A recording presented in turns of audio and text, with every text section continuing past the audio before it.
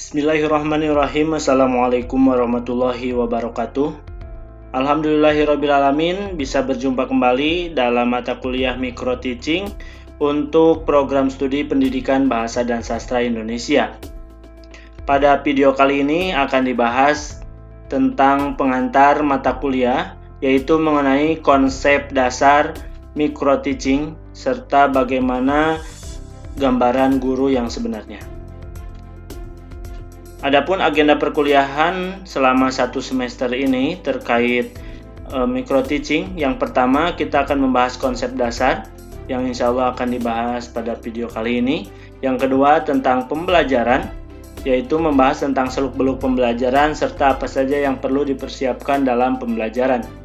Dan yang ketiga tentang perangkat ajar yang perlu disiapkan oleh seorang guru, baik itu untuk pembelajaran sebenarnya di sekolah ataupun pembelajaran mikro. Dan yang keempat adalah praktik. Dalam praktik ini mahasiswa akan melaksanakan praktik mengajar dalam konsep mikro. Nah, untuk yang pertama kita akan membahas bagaimana konsep dasar Micro Teaching. Micro Teaching biasanya dilakukan oleh calon guru atau bahkan guru yang saling bertukar peran dalam berlatih untuk menguasai keterampilan dasar mengajar. Nah, pelatihan ini dapat dilakukan secara praktik dengan melakukan kegiatan belajar mengajar dan berdiskusi mengenai masalah-masalah yang ditemukan saat pelatihan tersebut. Micro Teaching ini sangat bermanfaat dan akan mempengaruhi apakah guru berhasil atau tidak dalam proses belajar mengajar nanti. Karena dengan berlatih ini sedikit banyaknya akan memberikan pengalaman bagi guru ataupun calon guru dalam melaksanakan pembelajaran.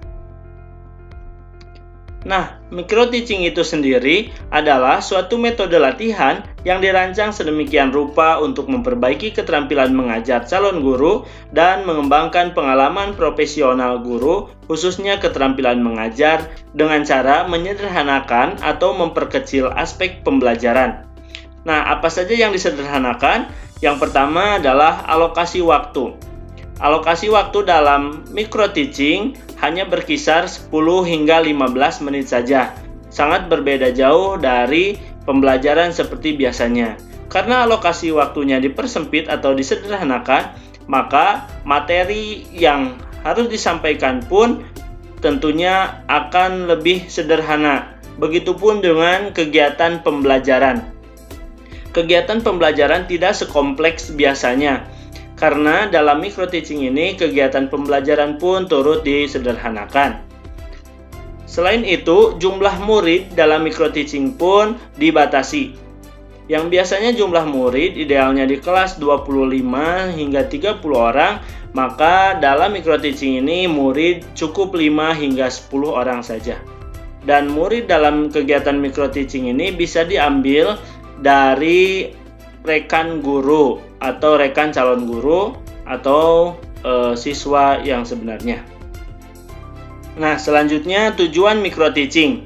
Nah, tujuan Micro Teaching yang pertama adalah membantu menguasai keterampilan-keterampilan khusus. Ada beberapa keterampilan khusus yang harus dimiliki oleh seorang guru, seperti keterampilan membuka pembelajaran, keterampilan menggunakan media pembelajaran, keterampilan menilai pembelajaran, dan bahkan keterampilan mengemas pembelajaran itu menjadi menyenangkan. Itu beberapa contoh keterampilan khusus dari guru. Yang kedua, Micro Teaching ini bertujuan untuk menanggulangi kesulitan mengajar. Banyak sekali orang atau calon guru mengalami kesulitan dalam mengajar. Nah, Micro Teaching ini salah satunya dirancang untuk agar meminimalisir bahkan menanggulangi kesulitan mengajar ini. Karena selain melatih mental untuk mengajar, juga nanti guru praktikan akan memperoleh evaluasi dari teman atau pembimbing. Yang ketiga adalah meningkatkan taraf kompetensi mengajar. Nah, bagi guru yang sudah memiliki pengalaman dalam mengajar, Micro Teaching ini bisa menaikkan taraf kompetensi mengajar sehingga lebih baik lagi. Dan yang ketiga, mengevaluasi kemampuan mengajar. Sejauh mana seorang guru atau bahkan calon guru memiliki keterampilan mengajar ini, maka dengan Micro Teaching ini bisa mengevaluasi sejauh mana keterampilan guru dalam mengajar. Nah, selanjutnya kita akan membahas tentang etika guru dalam proses pembelajaran. Kita maklumi bersama bahwa masih ada beberapa di antara kita, calon guru atau bahkan mungkin mahasiswa, yang memiliki perasaan takut atau ragu-ragu di dalam menghadapi tugas praktik mengajar. Tapi yakinlah bahwa perasaan tersebut akhirnya akan hilang dengan sendirinya apabila calon guru sudah melalui dan terjun langsung mengikuti latihan mengajar seperti micro teaching ini. Nah, lantas bagaimana guru yang baik itu? Guru yang baik adalah guru yang bisa mempersiapkan dan melaksanakan pembelajaran dengan baik. Nah, dalam tahap persiapan, selayaknya guru dapat mencurahkan ide dalam merancang persiapan dengan baik dan dikerjakan secara sungguh-sungguh. Karena persiapan ini akan menjadi bekal untuk guru dalam proses pembelajaran nanti. Sedangkan dalam pelaksanaannya, guru harus melaksanakan pembelajaran dengan sepenuh hati dan menyajikannya secara menyenangkan, sehingga disukai oleh para siswa. Dan guru harus melakukan sesuai dengan apa yang direncanakan. Namun, jika dalam pelaksanaannya memang tidak sesuai dengan perencanaan karena ada suatu hal yang timbul dari stimulus para murid, maka itu harus bisa diantisipasi oleh seorang guru. Nah, ini ada beberapa contoh hal-hal yang perlu dilakukan dan diperhatikan oleh seorang guru saat melakukan pembelajaran. Yang pertama, guru tidak boleh memfokuskan pada suatu hal yang menarik saja. Contohnya hanya membaca buku paket saja, atau hanya memperhatikan siswa yang pintar saja. Namun harus meliputi seluruh kelas, semua siswa harus terjangkau oleh guru tersebut. Biasakan bersikap tenang, tidak gugup dan kaku, karena sikap tenang ini akan memperlancar proses pembelajaran. Kemudian yang kedua, mengambil posisi yang baik, sehingga guru itu bisa melihat semua siswa dan bisa terlihat dan terdengar saat guru mengajar. Yang ketiga, membiasakan senyum sehingga tercipta situasi belajar yang sehat, serta suara yang jelas dan lakukan variasi sehingga menarik perhatian anak-anak. Yang keempat, bangkitkan kreativitas peserta didik selama kegiatan pembelajaran. Nah, ini tugas guru untuk membangkitkan bagaimana kreativitas siswa dalam belajar. Jangan selalu guru yang memberikan materi, tetapi guru pun harus pandai memancing atau menstimulasi peserta didik agar membangkitkan kreativitasnya. Yang terakhir, menguasai bahasa pengantar yang baik dan benar dan menguasai cara menulis di papan tulis. Nah, inilah beberapa contoh hal-hal yang perlu dilakukan oleh seorang guru. Sebenarnya masih banyak dari ini. Selanjutnya, ada beberapa teknik dasar guru profesional. Nah, berikut ini merupakan pengetahuan dan kemampuan guru agar menjadi guru yang profesional. Nah, yang pertama adalah guru harus mengetahui disiplin ilmu pengetahuan. Hal ini karena disiplin ilmu pengetahuan bisa menjadi sumber bahan studi. Yang kedua, guru harus menguasai bidang studi. Contohnya seperti guru bahasa Indonesia, tentunya harus menguasai bidang studi bahasa Indonesia karena materi yang akan diajarkan tidak jauh tentang bahasa Indonesia. Jika guru sudah menguasai bahasa Indonesia, maka tidak akan sulit dalam mengajar kepada siswa. Yang ketiga, guru harus memahami perkembangan peserta didik. Perkembangan peserta didik antara anak SD, SMP, SMA itu sangat berbeda. Maka ketika guru bisa memahami perkembangan peserta didik ini, maka kegiatan pembelajaran yang dirancang dan dilaksanakan akan disesuaikan dengan bagaimana pola perkembangan peserta didik.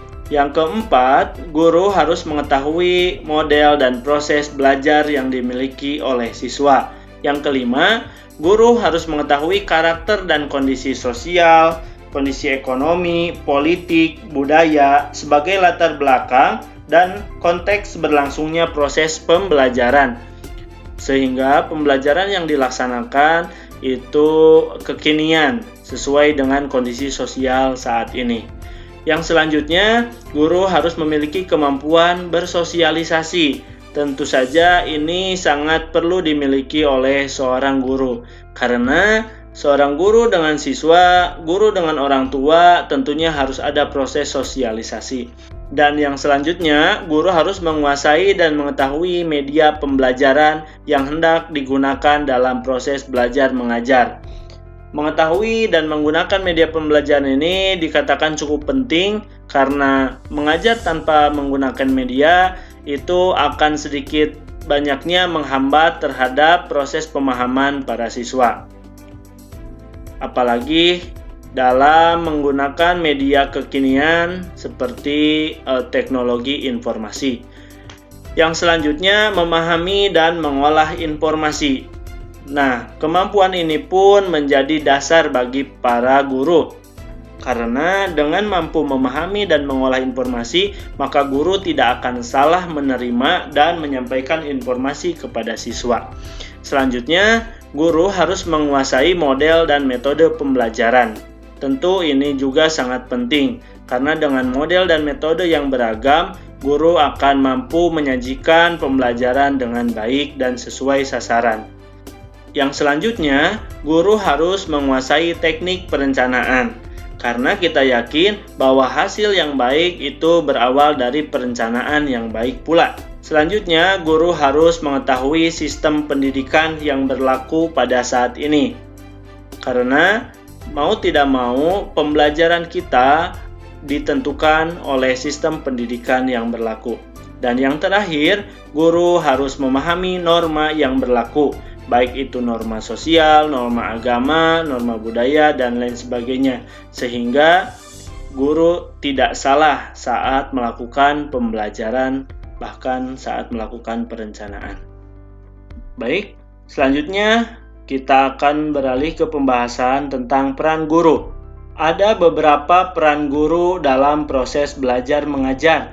Yang pertama, guru sebagai pendidik. Artinya, guru menjadi panutan, uswatun hasanah, idola bagi peserta didiknya, memiliki standar kualitas pribadi, punya tanggung jawab, berwibawa, mandiri, dan disiplin.